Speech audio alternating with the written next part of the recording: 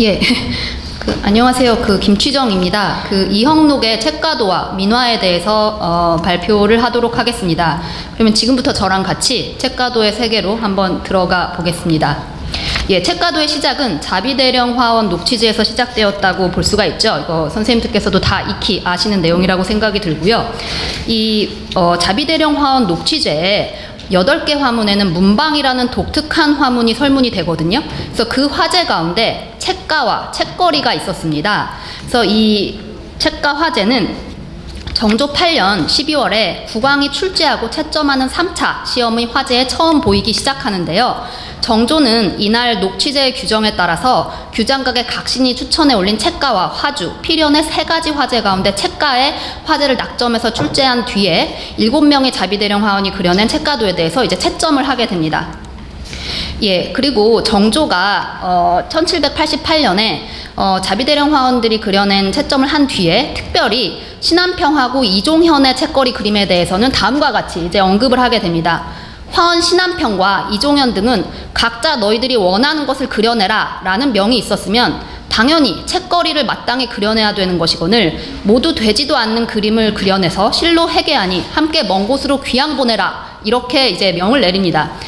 사실 여기서 나오는 이종현이라는 인물은 오늘 제가 살펴볼 이형록의 조부 되시는 분입니다. 근데 어쨌든 아마도 정조가 자유롭게 그리라고 했으면 당연히 책거리 그림을 그려야지 왜 딴 걸 그렸어? 라고 전제를 했었다는 사실을 통해서 이들이 아마도 정조에게 적지 않은 책거리 그림을 이제 그렸거나 아니면 이를 전문화하고 좀 더 잘 그렸기 때문에 정조 입장에서는 당연히 이들이 그림을 자유롭게 그려서 내라고 하면 책거리를 내지 않았을까라는 기대를 했을 정도의 어떤 그런 암묵적인 전제가 성립되어 있었기 때문에 그런 말을 했지 않았을까라는 생각이 듭니다. 그래서 어쨌든 이종현이라는 인물과 책거리와의 관계성이 명확히 이제 드러난 만큼 이형록의 책가도 그림에는 조부, 이종현의 영향도 당연히 이제 미쳤을 것이라고 이제 보게 되는 것입니다.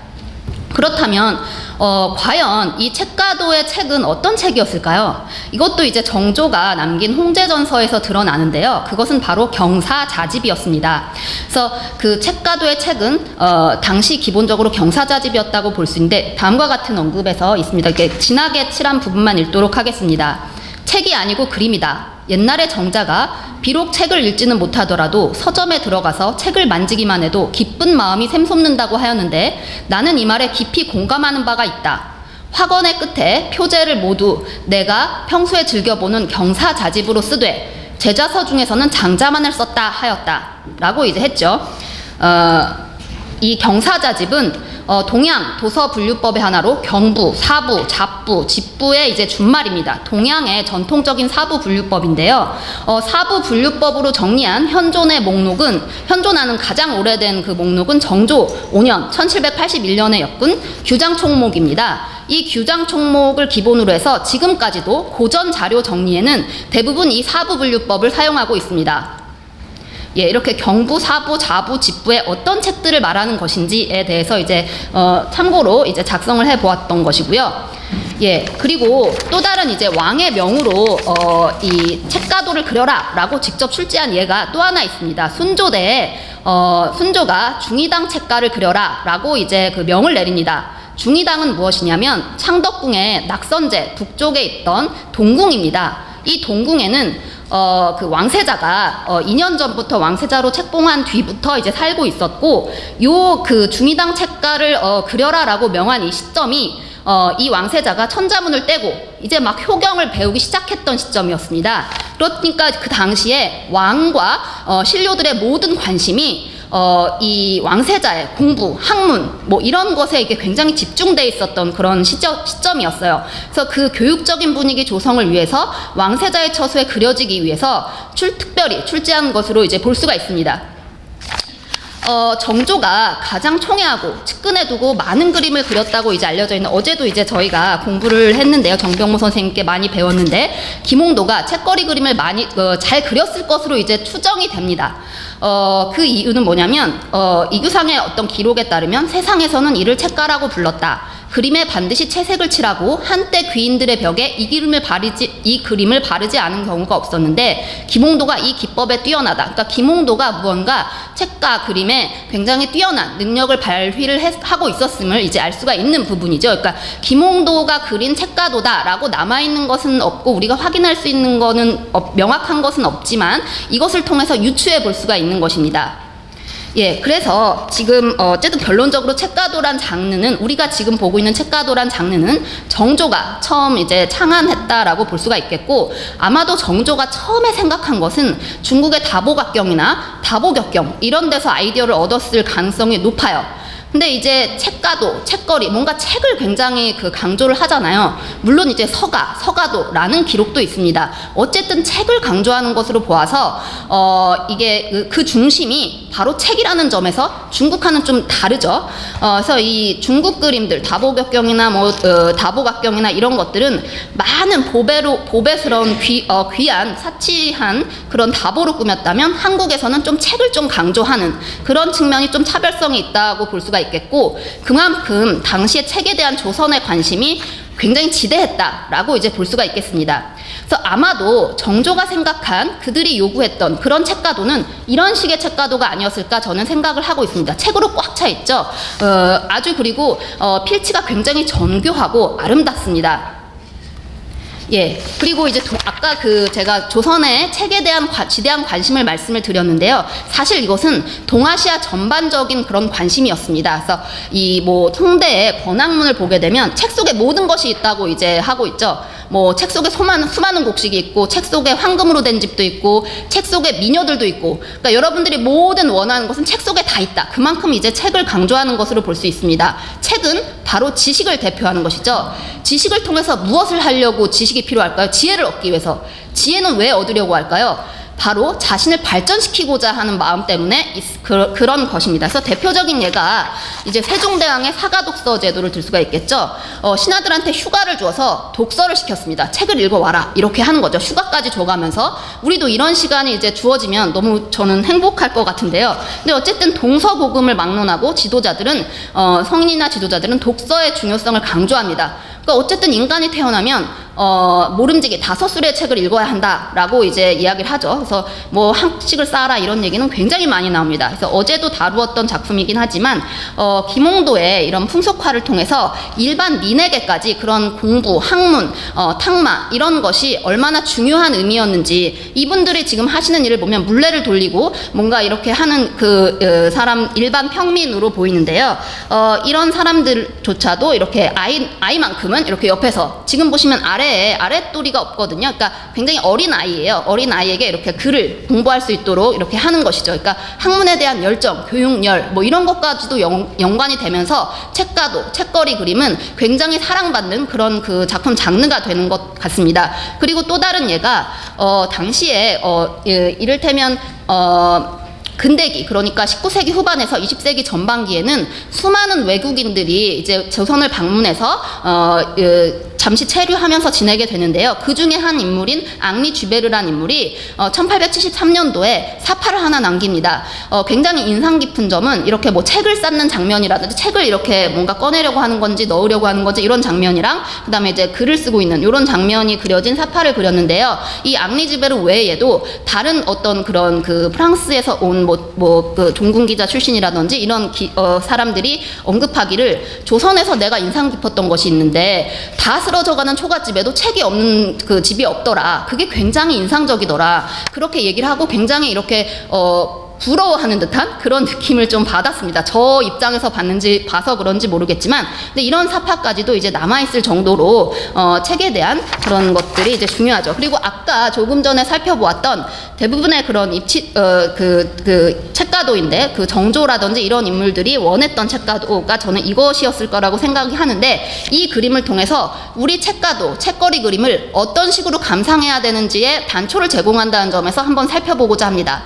대부분의 그런 입체적인 물체 사이에 보이는 평면성이나 사물 사이에 이제 확보된 공간감에서 이제 한국적 성질이 반영된다고 저는 보고 있는데요. 지금 보시면 책이 둥둥 떠 있는 거 보이십니까? 책이 둥둥 떠 있죠. 책을 쌓아놓으면 사실 이렇게 될 수가 없죠. 이렇게 되겠죠. 근데 그만큼 공간에 대한 관심이 지대했다는 거예요. 그러니까 그런 정도로 이렇게 표현한 이런 점은 굉장히 이제 독특한 그런 그 한국적 그런 공간감, 공간의식 이런 것이 반영된 것이라고 볼 수가 있겠죠. 또 하나는 이렇게 뭐 굉장히 많이 찾아볼 수 있습니다. 이거 외에도 다른 작품 또 우리가 찾아볼 뭐 이영록의 작품이라든지 민화에서도 많이 드러나는 부분이기도 합니다. 근데 어쨌든 이런 부분들을 우리가 이해를 할 때 중요한 점은 이 또 하나 더 살펴봐야 될 것이 있는데 앞이 좁고 뒤가 넓어지는 화법을 이제 보게 되는데 책 표현에 있어서도 그런 것이 굉장히 많이 도드라지고 있습니다. 그래서 이것은 우리는 이제 본다, see 이게 아니라 볼견, 보아가다. 보아가는 거잖아요. 그림을 그릴 때. 그래서 보아간다는 동아시아적 관점에 따라서 시점을 움직여가면서 실제 보이는 대로 그린 것이라고 보면 되겠습니다. 그래서 이거를 그 평행 사변형 물체의 뒷부분이 앞보다 이제 넓어진다고 흔히 역원근법이라고 이제 표현을 하고 있는데 이것은 동아시아 그림 읽기에 피상적이거나 오해를 낳을 수 있는 그런 요소가 있어서 이런 부분에 대해서는 우리가 좀 더 면밀하게 살펴보아야 될 것 같습니다. 그 예를 살펴볼 수 있는데요. 지금 보시면 이렇게 뒤로 갈수록 넓어지죠. 근데 이런 장면은 다른 책가도에서도 이제 잘 드러나고 있습니다. 또 여기서도 빠지지 않고 이런 공간감 같은 것이 이제 잘 드러나고 있죠. 네, 여기서도 잘 드러나고 있습니다. 그렇다면 성격 이형록으로 이제 본격적으로 들어가도록 하겠습니다. 그 이형록은 책거리 그림으로 아주 명성이 높았고요. 19세기 조선 화단을 대표하는 그런 그 화원 화가로 있었습니다. 지금 보시면 그 이형록의 그런 그 몰년이 1883년 이후로 되어 있는데요. 몰년이 사실 정확히 밝혀지진 않았습니다. 정확하진 않지만 기록상에 1883년 화사군관으로 지방에 나간 까닭에 별차의 자리를 내려놓았다라는 기록이 있거든요. 이것을 통해서 이 사람이 1883년 이후까지는 살았을 것이다 라고 이제 추정을 하는 것이죠. 그래서 기록의 중요성이 그 생물년이나 이런 것이 이제 명확하지 않아도 우리가 최소한 이 정도까지는 살았을 것이다라는 기준을 제공해 줄 수 있기 때문에 중요한 요소입니다. 그래서 이형록이 또 이제 독특한 점은 뭐냐면 굉장히 대표적인 화원 가문 출신이라는 거예요. 증조부, 조부, 부친, 숙부, 아들, 손자 일가가 모두 화원 출신이었습니다. 그 중에서도 조부 이종현, 부친 이윤민, 숙부 이수민, 그리고 아들 이재기, 이재선, 이재경 그리고 이런 인물들은 주장각 자비대령 화원을 지내 조선 말기에 두드러진 활약을 했던 인물들이고 이 가문은 이럴 뿐만 아니라 또 이제 다른 유명 화원 가문들과 친인척 관계를 맺어요. 그러니까 혼인 관계로 그렇게 친인척 관계를 맺으면서 더 단단한 그런 이제 화원 가문을 이어가게 됩니다. 그래서 이형록은 도화서 화원으로서 1827년부터 1863년까지 다수의 궁중회하에 동원돼서 도화 업무를 담당하는데요. 이 녹취제에서 성적이 가장 우수한 사람한테 주는 사과, 사정에 여러 차례 부록돼서 회화적 기량을 공식적으로 인정받은 훌륭한 화가였습니다.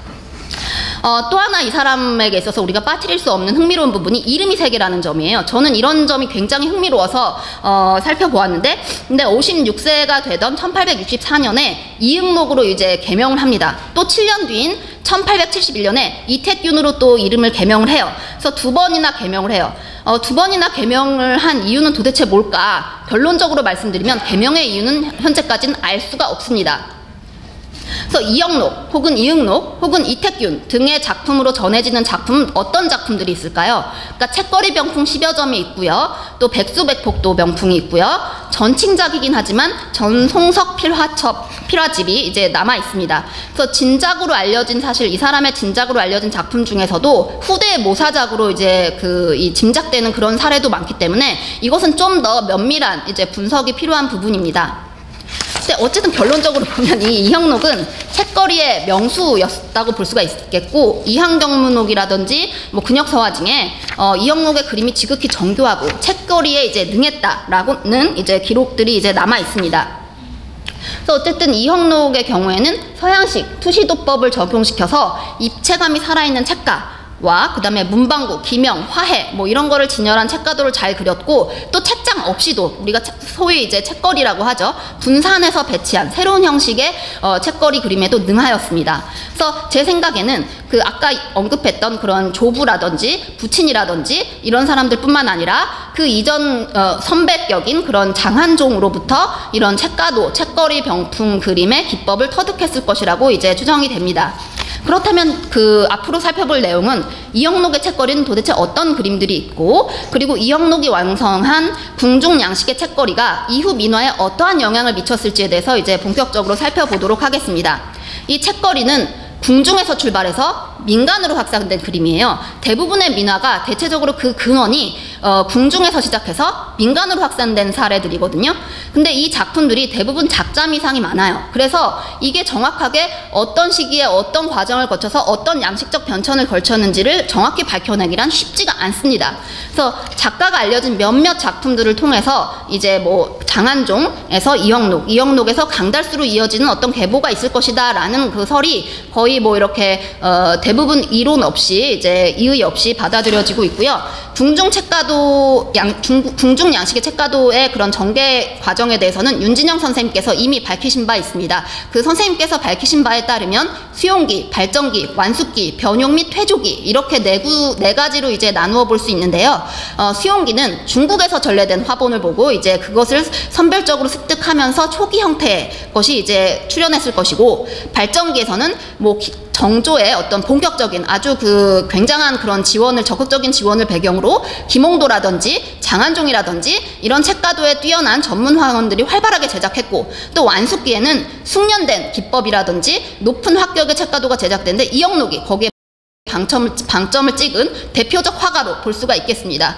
그리고 변용 및 퇴조기에는 어떤 새로운 경향으로 간주된 어떤 책가도의 형식이 막 일시 등장한다든지, 뭐 기물이나 색채 이런 것의 구성이라든지 색채 표현 이런 것이 화려함, 결정적인 그런 절정을 이룬다든지 이런 부분으로 이제 되다가 이제 점차 퇴보하는 그 대표적인 화가는 이제 강달수로 이제 보고 있습니다.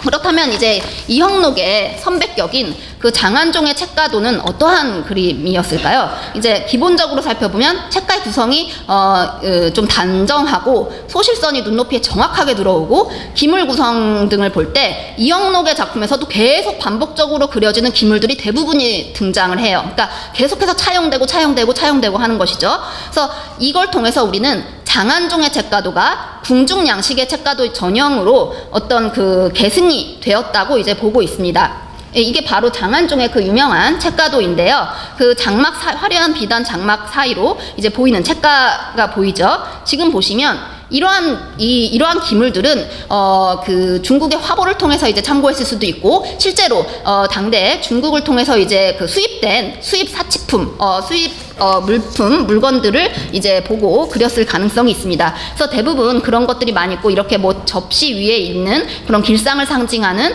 그런 여러 가지 과실류라든지 이런 것이 올려 있는 것이라든지, 뭐 벼루라든지, 뭐 선비를 상징하는 것이라든지, 화려한 그런 귀족 문화를 상징하는 것이라든지 이런 것들이 이제 같이 함께 화려하게 장식적으로 이제 그려져 있습니다. 예, 지금 이 그림도 그렇고요. 그리고 이렇게 장안종의 그런 장막 안에 이제 그려진 책가도처럼 이거는 이제 호피 문양의 이제 장막 안에 이렇게 책가도가 보이는 이런 형태의 작품들도 이제 보이고 있습니다. 이영록은 31년간 106회의 녹취제에 이제 참여를 하게 돼요. 그래서 그 중에서 106회의 녹취제 중에서 1, 2위, 사실 이 녹취제에서 1등, 2등을 한다. 엄청나게 굉장한 일이거든요. 그래서 1, 2위를 한 경우가 30회에 달합니다. 그 30회 중에서 이게 보면 인물, 속화, 산수, 누각, 영모, 문방 굉장히 그 다양한데요. 그 중에서도 문방의 경우에 7번 해서 참여를 해서 5번 1, 2위를 했습니다. 그러니까 그 얘기는 뭐냐면 문방이 더 뛰어났다는 것을 이제 의미하는 거라고 저는 생각해요. 비율상 보면 그죠? 거의 뭐 절반 이상을 넘는 그런 문방의 경우에 이제 거의 내면 절반 이상은 1등, 2등을 했다라고 이제 보는 거죠. 그만큼 책가도, 책거리에 있어서는 당시에 공식적으로 인정을 받았다. 그 실력 면에 있어서 라는 것을 알 수가 있어요. 그 사람이 그렇게 책가도와 책거리의 명수가 될 수 있었던 어떤 근거 중에 하나가 제 생각에는 도가무계에 참여했던 그런 경험이 도움이 됐을 거라고 이제 생각이 듭니다. 그래서 이영록은 20여 차례 도가무계 제작에 참여를 하는데요. 의궤도에서 가장 핵심이 되는 거, 가장 큰 비중을 차지하는 것은 본문의 삽도로 삽입되는 의례용품의 어떤 겨냥도예요. 그래서 이형록은 이런 다수의 의궤 제작에 참여하면서 여러 고동기, 뭐 의례용품 이런 거를 굉장히 면밀하게 이제 감상을 하고 그것을 정확하게 습득을 해서 이제 그렸을 수 있을 거라고 생각이 들고, 또한 또 이제 그 조부로부터 계속해서 이제 내려오는 가계 대대로 내려오는 책거리 화풍을 익히고 그것을 바탕으로 하여서 이형록의 책거리 그림은 더욱더 완성도를 높여갔다, 이렇게 볼 수가 있겠습니다. 네, 지금까지 확인된 이형록의 책거리는 모두 11점에 달하는데요. 이 중에 2점은 사실 전칭작입니다. 그래서 이제 정확하지는 않을 수도 있거든요. 나중에 이런 것이 다 바뀔 수도 있고, 또한 이제 해외 소장품들이 계속 속속 이제 발견이 되고 있기 때문에 이 수량은 훨씬 더 많아질 수도 있을 거라고 저는 이제 생각이 듭니다. 그래서 그 안희준 선생님, 정병모 선생님 등은 책가의 유무, 투시법, 음영법, 적용 여부, 기물의 표현법, 배치 방식 이런 거를 바탕으로 해서 여러 기준을 두고 세심하게 기준을 나누어서 책가형, 분산형, 서한형 이렇게 이제 세분화시켰습니다. 그래서 이형록 이전에는 일반적인 문방도나 책가형만 나타나다가 이형록 시점에 가서는 분산형도 등장을 하게 돼요. 그리고 이형록의 책거리는 책가와 책을 이제 기물과 정렬해서 진짜 책장처럼 보이게 하는 그런 책가형 책거리와 책이 없이 각 기물들을 일정한 그런 그러니까 책이 없이가 아니라 책가가 없이입니다. 책가가 없이 일정 기물 두고 그려넣은 책거리, 뭐 이렇게 이제 살펴볼 수가 있겠습니다. 그래서 저는 사실 뭔가 누군가가 한 개인이 이름을 바꿀 때는 뭔가 큰 이유가 있지 않을까라고 생각하게 되었거든요. 그래서 저는 처음부터 이 작품을 이제 그 이번 특강을 준비하면서 준비를 할 때 이형록 이름으로 된 거, 이응록 이름으로 된 거, 이택균 이름으로 된 거를 나누어서 이제 살펴보았습니다. 뭔가 원인을 찾을 수 있지 않을까, 아니면 이 작품 속에서 어떤 차이점이 있지 않을까라는 생각을 했었거든요. 그래서 결론적으로 말씀드리면 명확한 어떤 것은 없습니다. 그러나 이제 조금씩 발견한 것이 있는 것을 이제 이따가 하나씩 이제 말씀을 드리도록 하겠습니다. 그래서 책가도, 책거리 이렇게 두 가지로, 저는 이제 뭐 분산형 뭐 이렇게 표현 안 하고 이제 책거리로 이제 표현을 했는데요. 그러니까 막 이렇게 분산형 된 건 책거리, 책가에 있는 것은 책가도, 이렇게 형식으로 이제 나누어서 그 중에서도 이름별로 이제 나누었습니다. 이름이 그 개명 시점이 정확하기 때문에 이 이름으로 되어 있으면 이 작품은 뭐 몇 년 사이에서 몇 년 사이에 제작된 작품일 것이다 라는 이제 추정도 가능한 것이잖아요. 그래서 이렇게 이제 볼 수가 있죠. 그래서 이형록을 작품을 보게 되면 사실 여기 뭐 근데 이게 거의 책가도나 책거리나 계속 이름들이 계속 세 가지 이름이 다 등장하거든요. 그러니까 아마도 그 처음 시작했을 때부터 책거리 그림을 만년에 이르기까지 계속해서 책가형, 분산형을 이제 섞어서 그렸던 것 같아요. 그러니까는 꼭 뭐 책가를 그리다가 나중에 뭐 책거리만 그렸다라든지 뭐 그렇다기보다는 아마 이렇게 계속 같이 그렸지 않았을까 싶은데요. 책가도는 서양의 그런 일점투시도법을 응용하되 다소 독특한 변형이 이루어진 원근법을 적용해서 평면에 공간감이라든지 깊이감 창출하는 그런 시점을 많이 활용을 했고요. 그 다음에 이제 어떤 시점에 어떤 차이를 둡니다. 뭐 1단의 경우에는 아래에서 위로 보인다든지, 또 중단에 있는 2단은 정면 혹은 약간 위에서 내려다보는 그 측면으로 시점으로 그린다든지, 뭐 이런 식의 다양한 이런 시도를 하죠. 근데 이런 그 시점이라든지 구도 감각은 장안종에서부터 이형록, 강달수 등의 책가도에 공통적으로 드러나는 부분입니다. 그러면 이형록의 그 책가도 중에서 이형록의 이름으로 되어 있는 걸 먼저 이제 보도록 하겠습니다. 저는 정확히 막 엄청나게 많은 것을 밝혀내진 못했지만 여러분들은 이제 그 여러분들의 따라서 생각에 따라서 작품을 보면 이 순서대로 보게 되면 아 이런 차이가 있는 것 같다라고 더 명확히 생각하실 수도 있을 거라고 생각이 듭니다. 그래서 이형록의 이름으로 된 책가도를 보게 되면 그 대표적인 작품 중에 하나죠. 삼성미술관 리움에 소장된 것이고요. 지금 보시면 뭐 책이라든지 향로, 꽃병, 주전자, 이런 기명들을 그린 굉장히 격조가 높은 작품임을 알 수가 있어요. 그리고 이제 화면 아래에는 뭐 이형록인이라는 그런 그 인장이 이제 새겨져 있어서 그래서 아마 이 그림이 이형록의 작품이다, 이형록의 이름으로 있을 때 작품이다라는 것을 우리가 알 수가 있는 것이죠. 도장을 이렇게 그려놨기 때문에. 근데 장안종의 그림에서도 이런 그 도장을 이 인장의 인면이 보이는 것이 있어요. 그러니까 이것도 아마 장안종으로부터 영향을 받은 것이 아닐까라는 이제 생각을 해보게 됩니다. 그래서 장안종의 기물의 윤곽선을 굉장히 강조하고 밝은 색상을 사용해서 다소 평면적으로 보이게 했다면 이 이형록의 작품 보면 윤곽을 약간 흐릿하게 하면서 음영을 가하면서 면과 면의 대비를 활용해서 입체감을 강조했다. 이렇게 볼 수가 있겠습니다. 훨씬 더 입체감이 이제 도드라진다고 볼 수가 있겠고, 지금 보시면 이거는 그냥 제가 참고로 책가도 병풍 다른 이제 작가미상의 작품 중에 하나인데요. 여기 보시면 이렇게 도장이 새겨져 있는, 여기서 뭐 천석이라고 이제 보이는데 천석이 누구인지 앞으로 더 밝혀지면 더 책가도라든지 책거리 그림의 이제 작가진을 더 많이 발굴해낼 수 있겠죠. 그래서 이런 도장, 그러니까 책가도나 책거리 그림을 보실 때 도장이라든지 이런 것이 없는지, 숨어져 있는 것이 없는지 살펴보면 더 풍성하게 이제 작품을 감상할 수 있으리라고 생각입니다. 그림 상태가 좀 많이 안 좋은데요. 이게 개인 소장 작품이고요. 여기서도 이제 도장에 이형록인이라고 되어 있어요. 이 이형록인이 있는 이 책가도 병풍을 보면 또 다른 작품인, 이것은 이제 작가 미상의 작품인데 아랫부분에 묘사된 것이 좀 유사해요. 그래서 아마도 이형록 혹은 이형록의 화풍을 쫓은 이 사람의 작품을 본 어떤 사람이 그렸을 수도 있고, 아니면 그 이전에 이것의 본이 되는 이러한 형태의 책가를 그린 어떤 작가의 것을 같이 함께 본을 보고 이제 그린 것이 아닌가라는 이제 그런 흥미로운 부분입니다. 예, 이응록의 이런 책가도 부분을 보실 수가 있고요. 예, 지금 보시면 이렇게 일치하는 도상들이 있어요. 그러니까 똑같이 그리진 않지만 약간 변형을 이루지만, 이렇게 뭐 수선화라든지 뭐 접시라든지 그 다음에 이제 뭐 깃털을 꽂은 것이라든지 뭐 여러 가지 그런 요소들이 이렇게 도장의 모습이라든지, 그러니까 이 사람이 그림을 그릴 때 자신의 그림을 그리면서도 요소에 또 다른 책거리 그림, 책가도 그림을 그릴 때 그렸던 도상을 뭐 위치를 바꿔서 혹은 뭐 2개, 3개 숫자를 좀 늘려서 뭐 이런 식으로 변화를 주면서 또 자기 작품에 계속해서 이제 활용을 했었다는 사실을 알 수가 있습니다. 이 작품에 이제 보면 기물들은 이후에도 반복적으로 계속 드러나요. 그래서 똑같은 형태로 또는 문양과 색깔만 달리해서 이제 그려져 있는 경우가 많아요. 뭐 그런 걸 이제 그 중에서 이제 막 간추려서 이제 뽑아보면 굉장히 많이 찾을 수 있지만 그 중에서 몇 개만 보면 그렇습니다. 그 중에서도 이제 수선화가 거의 빠지지 않고 되게 자주 등장하는데요. 이 수선화는 장한종, 이형록의 책가도에 아주 등장을 많이 해요. 그러니까 수선화가 신선이라는 의미가 있기 때문에 여러 송이의 수선화가 있으면 여러 신선이라는 의미가 있고, 또 이게 신선이기 때문에 장수를 또 상징하기도 하고, 그래서 이제 많이 자주 그려졌고요. 또 성류는 뭐 씨가 많아서 자손, 번영, 다산을 상징하죠. 그러니까 이게 책가도에는 책뿐만이 아니라, 그리고 그냥 사치품뿐만이 아니라 그런 길상적인 의미, 상징적인 의미가 있는 도상들로 이제 차 있는 그런 것이죠. 예, 또한 이렇게 여의문 도 굉장히 자주 등장하는 예인데요. 평안여의라고 해서 병 안에다가 이렇게 여의를 꽂게 되면 모든 일이 평안하고 뜻과 같기 되기를 바라는 도안입니다.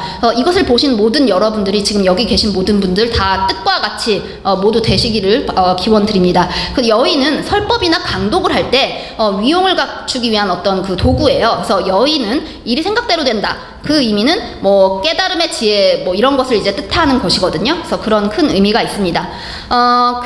이 같은 도상과 유사한 구도의 책가도가 적지 않거든요. 그러니까 이 작품도 이제 누구의 작품이다라고는 알 수 없지만 이형록의 작품 혹은 이형록의 영향을 굉장히 강하게 받은, 전통을 굉장히 강하게 받은 이런 작품들이 궁중 화원들을 통해서 계속해서 계승되고 있었다라는 사실을 볼 수가 있겠습니다. 또한 이제 이응록의 이름으로 되어 있는 그런 그 책가도를 볼 건데요. 미국에 소장된 거하고 박불관이 아니라 박물관입니다. 그래서 여기 보시면 이응록의 그림으로 되어 있어요. 이응록의 그림으로 그려진 책가형 그림의 특징은 명암법의 사용이 좀 더 세밀해졌다라고 이제 볼 수가 있겠고, 여기 보면 뭐 이응록인이 또 이제 보이고 있고요. 그 다음에 이제 또 특징적인 것이 포복문의 도자기. 이거는 옹정년간에 일본의 그런 공예품으로 처음 등장하다가 상당히 유행한 문양이에요. 그래서 몸통에 당첨문과 같은 전통 문양을 하고 이렇게 뭐 보자기를 씌우고 이런 포복 문양이 청대 가경년간에 이제 만들어지게 됩니다. 그래서 이런 식의 다른 책가도에서도 이렇게 그 보자기를 이제 둘러싼 그런 도자기 형태가 많이 그려지죠. 그리고 이제 이택균 이름으로 된 그런 그 미국의 위탁 보관 중인 그런 책가도 병풍을 살펴보면 이 미국 가머 부부가 소장하고 있고 소장하고 있는데 이제 버밍햄 미술관에서 위탁 보관 중인 것이라고 합니다. 그래서 이택균인이라는 도장이 있어서 이것이 1871년에 이후에 제작됐다는 사실을 알 수가 있고요. 이택균으로 개명한 후에 아닐린 염료를 이용한 양청을 써서 화려한 이렇게 푸른색으로 칠한 것으로 보는 견해도 있습니다. 근데 정병모 선생님은 청색 배경의 책가도에 아닐린 염료를 사용했다는 직접적 근거가 없다고 이렇게 밝히신 바가 있습니다. 그래서 이러한 유형의 그런 거의 유사한 색감과 구도 감각의 그런 책가도가 병풍뿐만 아니라 대련 뭐 이런 것으로도 많이 남아있죠.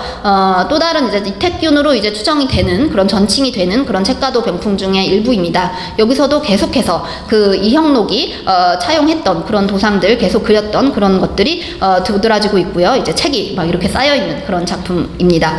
그리고 이제 책거리 그림 막 분산되어 있는 거 있잖아요. 책가에 있는 것이 아니라 분산돼서 이렇게 한 것은 이형록, 이응록, 이택균 이름으로 모두 다 남아있고요. 이형록 이름으로 된 게 좀 더 많이 남아있습니다. 지금 보시면 근데 이형록이 이제 새로운 형식의 어떤 분산형의 책거리를 어떻게 보면 창출하기 시작하고 많이 그려내기 시작하는데요. 책가가 없이 책과 기물만 두고 일정한 간격을 두고 분산을 해서 그린 거예요. 그래서 구도에 있어서는 이러한 강세황의 천공도인데요. 천공도에서 유래한 작품들에서 영향을 받았을 가능성이 있어요.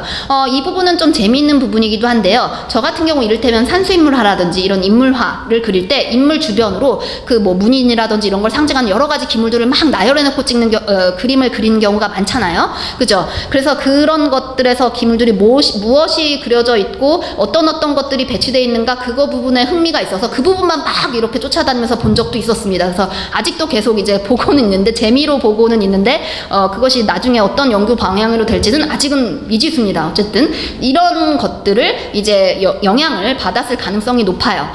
지금 보시면 이형록의 이제 그 초기 형태의 분산형 책거리라고 이제 볼 수가 있는데요. 이 사람은 후기로 갈수록 이제 자유로운 표현 방식을 이제 추구를 하고 여기에 기물들의 기물의 숫자나 종류는 주문자의 경제적 사정에 따라서 달라졌을 가능성이 있습니다. 이러한 가능성에 대해서는 어제 유미나 선생님께서도 이제 언급하신 바와 같이 인물수를 좀 더 이제 뭐 경제 사정에 따라서 좀 더 많이 그리기도 하고 적게 그리기도 하고 그러셨을 가능성이 있다고 하였는데 그 부분에 있어서 이형록도 그랬을 것 같습니다. 지금 보시면 여기에 보시면 여기 이형록의 인장이 이제 그려져 있고요. 또한 그의 자인 여통도 이제 새겨져 있는 인장이 이제 있습니다. 매 폭마다 모서리를 이렇게 둥글려 가지고 모양의 이런 틀을 이제 구획을 해놨잖아요. 근데 이 구획에 보면 먼저 먹선을 긋고 그 위에 금색, 파란색을 번갈아서 네 줄로 이제 그은 것이고요. 한치 어긋남 없는 궁중회화 전통의 어떤 개화 기법이 이제 활용이 됐습니다. 굉장히 정교하게 됐고요. 또 이런 이 상태가 안 좋아서 이제 그렇긴 하지만 이런 시계라든지 이런 것도 이제 보이고 있고요. 다른 작품에서도 이제 계속 유사한 형태의 그런 디자인의 그런 시계가 보인다든지 자명종이 보인다든지 하고 있습니다. 또 이 작품에서도 이형록인이 새겨진 어떤 그런 인장이 있기 때문에 이형록의 작품으로 볼 수가 있고요. 책과 책값들이 이제 엇갈리게 쌓여져 있습니다. 또한 이러한 재미있는 작품들도 있는데요. 아마도 이형록의 작품의 영향을 강하게 받은 후대 화가가 이제 그렸을 것으로 이제 추정이 되는데 이 작품을 보다가 계속 무언가 이상한 겁니다. 지금 보시면 이 두 작품이 원래는 이렇게 같이 함께 있어서야 됐을 것 같아요. 그러니까 순서가 좀 더 나중에 정돈이 돼야 될 것 같습니다. 이게 합하면 하나가 될 것 같거든요. 그리고 이제 이응록의 이름으로 된 경산시립박물관의 작품을 살펴보도록 하겠습니다. 그래서 이응록인이라는 인장이 그려져 있고요. 그렇기 때문에 이응록의 작품임을 알 수가 있고요. 이응록으로 개명한 시점부터 분산형 책거리 화면 배치가 좀 더 이제 자유롭지 않은가라는 이제 그냥 추정을 해보는데요. 정확하진 않습니다. 그러니까 이게 명확하지 않아요. 이름을 개명하고 그러니까 그 시대순에 따라서 어떤 차이가 있는지가 명확하진 않지만 대체적으로 그렇지 않은가라고 이제 생각을 할 수가 있겠습니다. 또 이택균 이름으로 되어 있는 통도사에 소장되어 있는 작품을 살펴보면 이렇게 도장이 있음으로 해서 이택균의 그 작품으로 이제 우리가 확인을 할 수가 있고요. 근데 이형록의 책가도가 어떠한 영향을 미쳤을까요? 그 이형록은 20대부터 70대까지 오랜 시간 명암이라든지 입체감을 강조한 책거리를 그렸습니다. 책거리에 있어서 이영록이 구사한 음영법이라든지 투시도법, 전체 구성이라든지 기물묘사 이런 거는 굉장히 훌륭합니다. 수준이 높아요. 여러분들도 오늘 작품을 통해서 몇 작품 통해서 확인을 했겠지만 굉장히 수준이 높고요. 당시 도화서 화원들 혹은 그에 준하는 수준의 화가들이 그린 것으로 추정되는 궁중 양식의 책거리는 대체로 이영록의 양식으로부터 영향을 강하게 받았을 가능성이 있습니다. 장안종과 선적인 묘사법이라든지 장막 등의 표현 등에 있어서 이영록의 기법이라든지 이런 거하고 절충해서 사용했을 가능성이 높죠. 그러니까 이게 궁중에서 제작되었는데 이것이 이제 뭐 이영록이라든지 이런 사람들의 영향을 강하게 받은 것으로 이제 그렇게 보고 있는 그런 작품입니다. 그러니까 책가도 이첩병인데요. 이 두 가지 작품이 있습니다.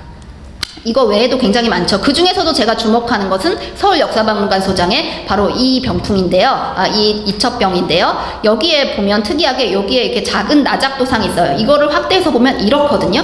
여기에 이제 수진보작이라고 써 있습니다. 수진보작이라고 써 있어서 저는 이거를 보고 도대체 과연 수진보작이 무엇일까? 그래서 수진보작만 가지고 논문을 쓴 적이 있습니다. 그래서 이 나작도상은 수진보작기라는 책을 또 제가 발견을 했거든요. 규장각 소장의 이제 책입니다. 수진보작기의 일면 에 나와 있는 이 나작도작과 정확히 일치해요. 굉장히 흥미롭죠. 그래서 이 수진보작기는 고종 2년 1865년 4월에 석경루 아래에서 동기가 이제 출토된 기념으로 만든 명첩이에요. 이 수진보작기 내용이 뭐냐면 고종과 대원군을 칭송하는 거예요. 그리고 태평성대를 예언하는 내용으로 되어 있어요. 그러니까 각 신료들한테 명을 내립니다. 자, 여기에 대해서 이 수진보작, 아까 그 얘기했던 나작도상 있잖아요. 그 모양의 그릇을 보고 글을 하나씩 내라, 시를 하나씩 내라 명을 내립니다. 그래서 강제로 이제 뭔가 이제 내는 거죠. 그래서 한 편씩 내서 그걸 모아서 만든 것이 수진보작기예요. 그래서 이 수진보작기가 발견된 시점이 좀 오묘합니다. 묘한 시점이죠. 경복궁 중건에 대한 전교가 내려진 시점이에요. 그래서 경복궁 중건 계획에 대한 천반 양론이 엄청 격정적으로 이제 맞서던 시점이었거든요. 이런 때 이런 게 나온 겁니다. 그래서 경복궁 중건은 왕위 계승의 명분을 강화하고 대원군의 정치적 기반을 마련한 두 가지 목적 달성을 위한 것이었어요. 그러니까 수진보작기 자체가 고종 왕위 계승을 정당화하는 목적 하에서 대원군의 정치적 위상을 높이기 위해서 그런 목적 하에서 이제 제작됐다고 볼 수 있죠. 그러므로 이 작품은 이 책가도 작품은 굉장히 명확한 정치적 목적 하에 제작됐다는 거예요. 그러니까 이런 작품이 있다는 게 굉장히 흥미롭죠. 예, 그래서 이 책가도 이폭병풍을 유사한 것, 이것도 이제 운영궁에서 소장되었던 것이고요. 이영록의 양식을 그대로 모방한 것이에요. 그래서 음영이라든지 기물묘사라든지 이런 형식화되어 있거나 화가 나름의 그런 변형을 이제 시도한 것이죠. 그러니까 아마도 이영록이 그렸거나, 근데 이영록이 그렸다고 보기엔 조금 이렇게 수준이 떨어지는 것 같아서 제가 보기에는 이영록의 아들 중에 한 사람이 뭔가 이영록을 따라 했다든지 아니면 도화서 화원 중에 누가 궁중 화원 중에 누군가 따라 했다든지 이렇게 볼 수 있지 않을까 생각이 듭니다. 그래서 이영록이 책가도가 민화 책가도에 어떤 영향을 미쳤을지에 대해서 살펴보도록 하겠습니다. 아까도 한 두세 번 언급했던 것 같은데요. 궁중 양식의 책거리 양식은 민화 양식의 책거리 양식으로 이제 영향을 미쳐요. 그래서 19세기 이후에 사대부들의 장서 문화가 민간으로 확대되는 그런 측면하고도 이제 맞물린다고 저는 보거든요. 그러니까 이 문화가 왕실에서 사대부에서 민간으로 가는 거죠. 그래서 민화 책거리에서 이제 그런 쌓아올린 책, 글을 가르치는 상서의 의미고, 소중한 경전이라는 뜻의 상서의 의미일 수도 있고요. 높은 관직의 의미, 오르라라는 그런 염원이 담겨 있기도 합니다. 그래서 책거리 그림 가운데 책의 제목이라든지 내용이 있는 경우가 있는데요. 그런 경우에는 이제 대개가 아닌 경우도 있지만 이제 과거 시험에 필요한 경우가 종종 있습니다. 그리고 민화 책거리 그림의 또 가장 특징적인 거, 특수한 거, 특징 개성을 찾는다면 길상을 상징하는 동식물이, 동물이나 식물 이런 것이 굉장히 많이 등장한다는 거예요. 이것이 바로 민화가 갖고 있는 특징이죠. 지금 보시면 이제 이거 작가를 알 수 없는 그런 것이지만 이형록 이후에 후대에 어떤 화가들에 의해서 화원이라든지 그런 사람들에 의해서 그려졌던 것으로 보이는 그런 작품들이죠. 이러한 이형록의 작품들 가운데 굉장히 이형록의 영향을 받으면서도 이형록이 그린 것으로는 보이진 않고, 그죠? 보이진 않고 독자적인 어떤 변형을 시도한 예가 보이고 있어서 이제 가져와 봤고요. 또 이렇게 횡으로 이제 나열해서, 이런 작품은 사실 흔치가 않아요. 이런 식은 흔치 않은데 이렇게 횡으로 이제 그린 그런 작품도 있습니다. 그리고 또한 이러한 작품들도 있는데요. 지금 보시면 기물의 어떤 구성이라든지 또 그런 종류라든지 이런 것들을 보면 이형록 책가도 무슨 장안종 책가도에서 계속해서 이제 반복돼서 차용되던 그런 것들이 도상이 그려지되 이렇게 약간의 변용을 해서 이제 그린 경우들이 많고, 이렇게 책만을 강조해서 이제 그린 것들이 있는데, 지금 보시면 굉장히 감각이, 디자인 감각이 좀 뛰어나고 이렇게 모던한 그런 구성력 뭐 이런 것을 지니고 있는 것 같거든요. 그래서 이런 작품들이 많이 눈에 띄고 있습니다. 이 작품은 이형록의 작품인데요. 이형록의 작품 중에서 보면 이렇게 책이 쌓여 있고 그 중에 이제 기물이 올려져 있고 이런 예를 볼 수가 있는데, 그것을 이제 좀 더 구축적으로 아예 하나의 덩어리화해서 아예 그 하나의 그런 그 모임 안에 다 모아놓는 거죠. 그러니까 이렇게 분산형이 이제 합해지는 이런 형태들이 민화에서 되게 많이 등장해요. 그러니까 민화 같은 경우는 궁중회화에서 나오는 책가도나 책거리는 좀 공간감을 좀 두고 좀 크고 넓게 이렇게 시원하게 그린다면, 민화의 경우는 좀 더 이렇게 구축적이고 좀 더 이제 밀도 높게, 물론 이제 민화에서도 이제 그 수준에 따라서 이것이 좀 달라질 수 있겠지만, 네, 그런 그림들이 있고, 지금 보시면 이택균의 이름으로 되어 있는 그런 것을 보게 되면 책이 막 책갑 위에 책이 쌓여 있고 그 위에 또 기물이 있고, 이런 것을 아마도 이런 것들이 또 이제 민화라든지 다른 후대 작가들에게 영향을 미쳐서 이런 식의 어떤 되게 구축적인 그런 작품을 이제 그 제작하게 되지 않았을까라는 생각을 하게 됩니다. 그래서 이런 작품들은 상당히 많이 남아있어요. 여러분들도 많이 이제 감상을 하셨으리라고 이제 생각이 드는데요.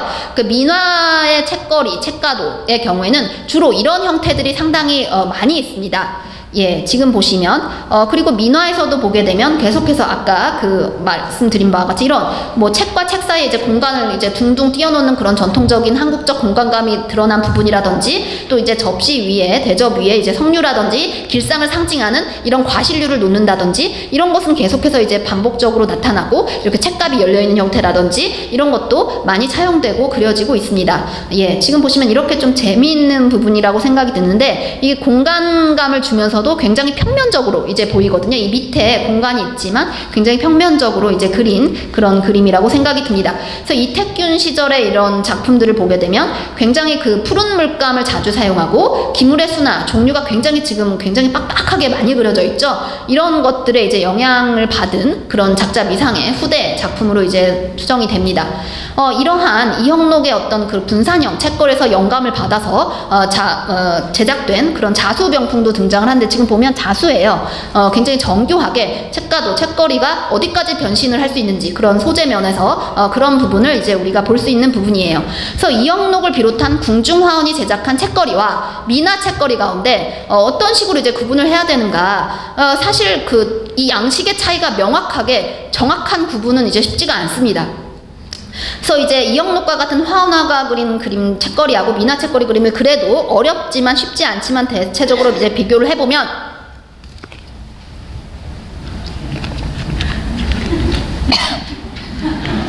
죄송합니다. 궁중 양식의 책거리가 되게 높이가 있고 형태, 묘사, 투시도법, 명암법 적용에 있어서 굉장히 높은 수준에 올라 있어요. 근데 청에서 수입한 다양한 종류의 고급 기물들이 많이 등장을 하거든요. 그래서 궁중 양식 책가도는 짜임새가 견실하고 대칭적이고 장중한 느낌이고, 넉넉한 여백을 가지고 이제 책거리의 경우에는 좀 더 이제 기물들을 그렇게 배치한다. 이게 아마 궁중 책거리 책가도의 어떤 특징이 아닐까라고 이제 생각이 됩니다. 그래서 민화 책가도는 이런 식으로 보게 되면 뭔지 모르게 되게 평면적이에요. 평면적이고 표현주의적인 화면이 나타나기도 합니다. 그리고 이제 탁자나 책상 위에 기물들을 그냥 막 이렇게 한데 뭉쳐서 이제 쌓아놔요. 그런 것들이 이제 많거든요. 모든 것을 다 이렇게 쌓아놓죠. 예, 그리고 이제 민화에서는 길상적인 도상이 많이 그려진다고 했잖아요.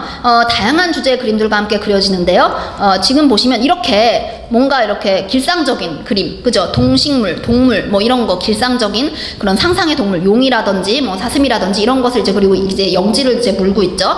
그러니까 근데 그리고 여기서 또 재밌는 게 뭐냐면 둥둥 떠 있는 듯한, 그죠? 우주 공간에 떠 있는 것 같지 않습니까? 그러니까 이런 공간감, 이런 것들이 굉장히 흥미롭고, 또한 이렇게 상징적인, 길상적인 의미가 좋은 이런 것들도 이제 예, 그렇습니다. 그리고 이 책거리 병풍에서 보게 되면 이제 학문을 이제 탁마해야 된다, 뭐 이런 시점이 있는 것이 있고요. 지금 보시면 이렇게 책을 보고 있는 그런 동자의 모습도 함께 그려 넣었으니까, 그러니까 학문을 강조하는 것뿐만 아니라 책만 그리는 것이 아니라 진짜 실제로 책을 보면서 공부를 하는 그런 모습을 하는 거죠. 이게 바로 그 민화의 재치 있는 표현이 아닐까. 이제 다채로운 이런 표현이 있고요. 네, 시간이 없는 것 같습니다. 예, 어쨌든 지금 제가 잠깐 설명을 드리면, 근데 지금 아직 50분이 안 됐, 예, 네, 11시 넘어서 시작하였습니다. 네, 그러면 저는, 예. 근데 여기 보시면 이렇게 제가 주목하는 것 중에 하나가 뭐냐면, 이 작품을 보게 되면 여기 책가도, 책거리와 함께 문자도가 함께 그려져 있죠. 이런 민화가 상당히 많아요. 그 윤열수 선생님 그 관장으로 계신 가해민화박물관도 굉장히 많이 이제 봤던 기억이 나거든요. 보여주셨던 기억이 나는데, 지금 보시면 이렇게 신자이거든요. 신자에 보면 여기에 보면 새가 서로 마주보고 있잖아요. 이 부분은 사실 제가 이제 흥미롭게 공부하는 부분 중에 하나인데, 바로 이렇게 여기 보면 그 얼굴은 사람인데 몸통은 이제 새인, 이런 것을 이제 볼 수가 있는데, 대체적으로 새와 새로 그릴 수도 있지만 이렇게 이런 형태로 그리는 경우도 있습니다. 이 경우는 이제 가릉빈가라고 해요. 이것을 뭐라고 하냐면 불교에서 나온 거예요. 그러니까 산스크리트 칼라빈카에서 음해역을 해서 가릉빈가라고 하는데 소리가 아름답다고 합니다. 그래서 어쨌든 이거는 시간이 없으므로 보지 않겠습니다. 어쨌든 일본에서는 불교 미술뿐만 아니라 전통 축제 의상이라든지 공예품에도 이제 등장하고, 이렇게 아예 이렇게 공연을 해요. 가릉빈무 뭐 이런 걸 하거든요. 얘네들이 이제 춤을 췄다고 해요, 부처님 앞에서. 그래서 여기 보시면 이 옷의 표현이라든지 이것과 굉장히 일치하죠. 이것이 이제 나와요. 이제 가릉빈가의 어떤 존재 의미는 소리에 있습니다. 그래서 이 신자가 어떻게 보면 소식, 정보, 범음, 그래갖고 이런 의미가 이제 있고요. 예. 예, 지금 보시면 여기 제가 제일 좋아하는 것 중에 하나가 그 당아 찢는 토끼예요. 그래서 이 토끼가 나오고 있어서 문자도에, 예, 이런 부분들이 이제 많이 나오고 있죠. 요거는 이제 다 이제 하고, 이제 매진말을 대신하여 민화를 무엇을 어떻게 그려야 될까, 그러니까 제목을 바꾸면 새로운 책거리, 새로운 책가도 그림 어떻게 그려야 될까를 생각해보면, 지금까지 추이를 막 보게 되면 조선민화의 표현 연구를 이제 연구를 하고, 조선 전통 화법을 접목을 하고, 전통 그런 그 민화를 재해석하여 자신의 작품에 반영을 해서 자신만의 민화 세계를 이제 정립을 해야겠죠.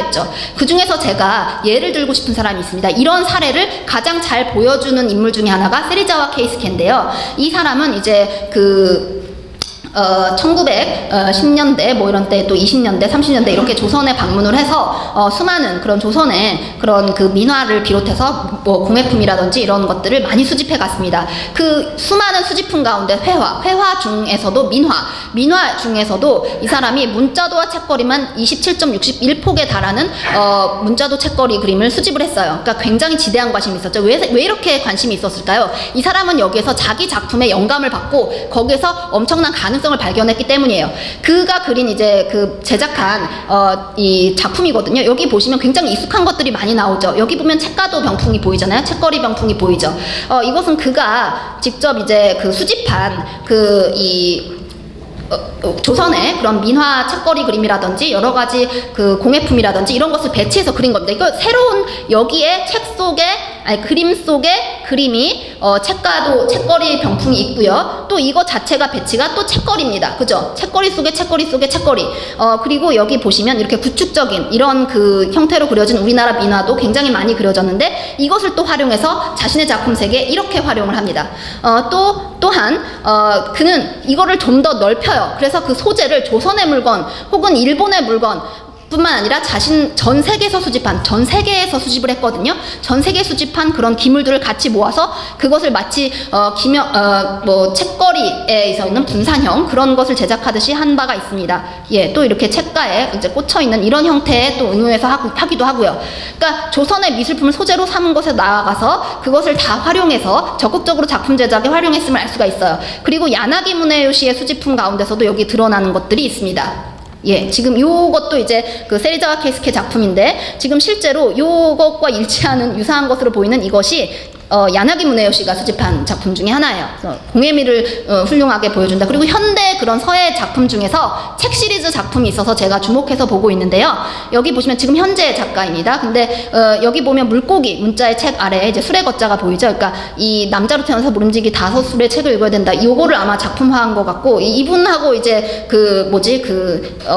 확인된 바는 아니지만 제 해석입니다. 지금 보시면 이게 책을 책자라는 그 글자를 다 이어서 이렇게 쓴 거예요. 그러니까 마치 수레가 책을 싣고 가는 모습처럼도 보이고 책가에 책이 나란히 꽂혀 있는 모습처럼 보여요. 얼마나 다양하게 책거리가 할 수 있습니까? 그래서 여기서 핵심적인 건 뭐냐면 우리 모두 예술가적 마인드를 가져야 된다. 그래서 치밀함을 가지고 전통민화 연구를 하고 완벽하게 장악을 하고 또 유연한 발상을 통해서 기존 개념에 얽매진 자유로운 발상을 하고 찬신함을 가져야 됩니다. 그리고 제가 좋아하는 문구인 그 홍제전서에 보이면 정조가 이런 말 하죠. 비록 책을 읽지는 못하더라도 서점에 들어가서 책을 만지기만 해도 기쁜 마음이 샘솟는다라고 하는데 저도 그렇습니다. 저의 뭐 엄청 뭐라 그러지 공감을 하고 있고요. 이게 바로 제가 서재에 책이 넘쳐나서 이제 거실로 다 뛰쳐나왔습니다. 그래서 거실에 있는 책가도 그 책꽂이거든요. 예. 그래서 제가 책가도를 사랑한다 이런 면으로 이제 인사를 올립니다. 감사합니다.